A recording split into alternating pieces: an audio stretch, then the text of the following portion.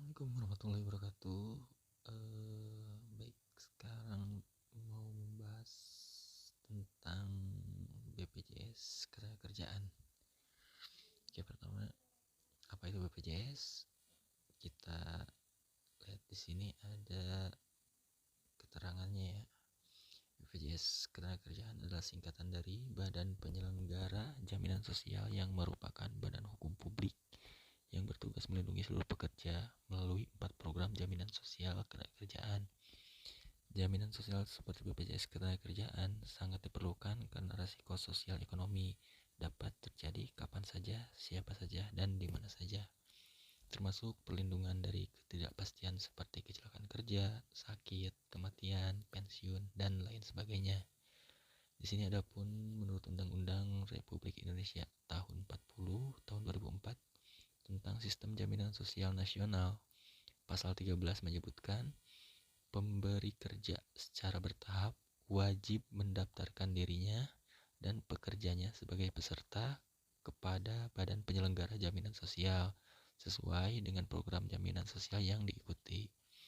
Adapun sanksi jika perusahaan tidak mengikuti BPJS Kesehatan. Setiap perusahaan yang tidak mengikut sertakan karyawannya dalam program BPJS Ketenagakerjaan akan memperoleh sanksi administratif berupa teguran tertulis yang dilakukan oleh BPJS, kemudian denda yang dilakukan oleh BPJS, tidak mendapat pelayanan publik tertentu yang akan dilakukan oleh pemerintah atas permintaan BPJS. Jadi sangat banyak sekali sanksinya apabila perusahaan tersebut tidak mengikut sertakan karyawannya ke program BPJS Ketenagakerjaan. Sanksi tidak mendapat pelayanan publik tertentu yang dikenai kepada pemberi kerja meliputi perizinan terkait usaha. Jadi apabila karyawan perusahaan tersebut tidak dimasukkan atau ada pelanggaran, itu terancam izin usahanya itu dicabut. Izin yang diperlukan dalam mengikuti tender proyek, kemudian izin memperkerjakan tenaga kerja asing, izin perusahaan penyedia jasa, pekerja atau buruh, izin mendirikan bangunan IMB itu juga akan terhalang, bisa aja dicabut. Kemudian ada pun program BPJS Ketenagakerjaan.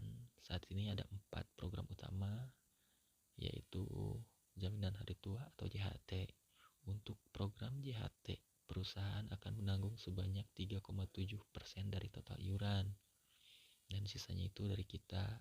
Jadi setiap karyawan yang bekerja di sebuah perusahaan kemudian masuk BPJS, nah untuk tanggungan pembayarannya itu 3,7% dari total iuran dibayar oleh perusahaan gitu. Peserta akan mendapatkan semua iuran yang dikumpulkan tersebut setelah memasuki masa pensiun, yaitu berumur 55 tahun.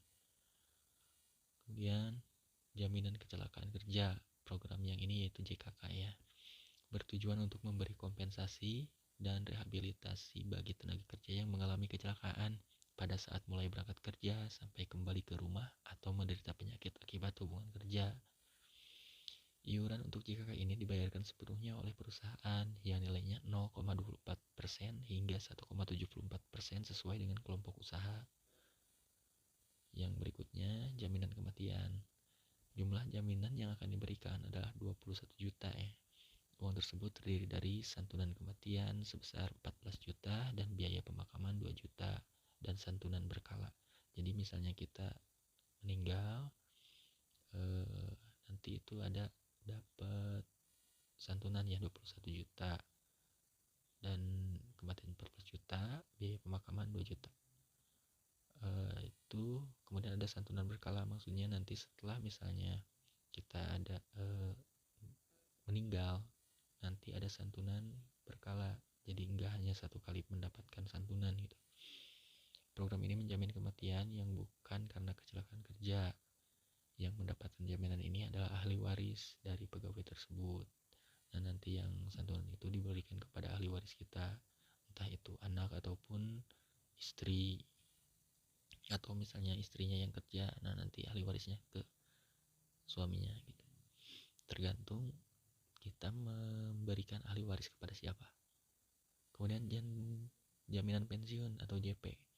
Jaminan pensiun merupakan produk utama BPJS Ketenagakerjaan untuk memberikan perlindungan jaminan sosial kepada tenaga kerja yang memasuki usia pensiun, mengalami catat total, atau kepada ahli waris bagi peserta yang meninggal untuk mengganti pendapatan bulanan serta memastikan kehidupan dasar yang layak. Nah, tujuan yang tadi ya, yang santunan berkala itu.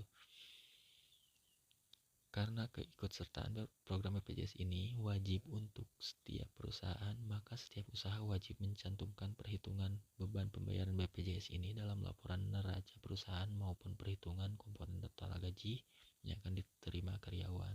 Nah, di sini kan kita nanti ada gaji. Biasanya di slip gaji itu terdapat potongan. Nah, itu harus transparan antara perusahaan, kemudian pekerja, ataupun pemerintah begitu. Oke, sekarang kita masuk ke pengunduhan dulu aplikasi ya, BPJS atau JMO.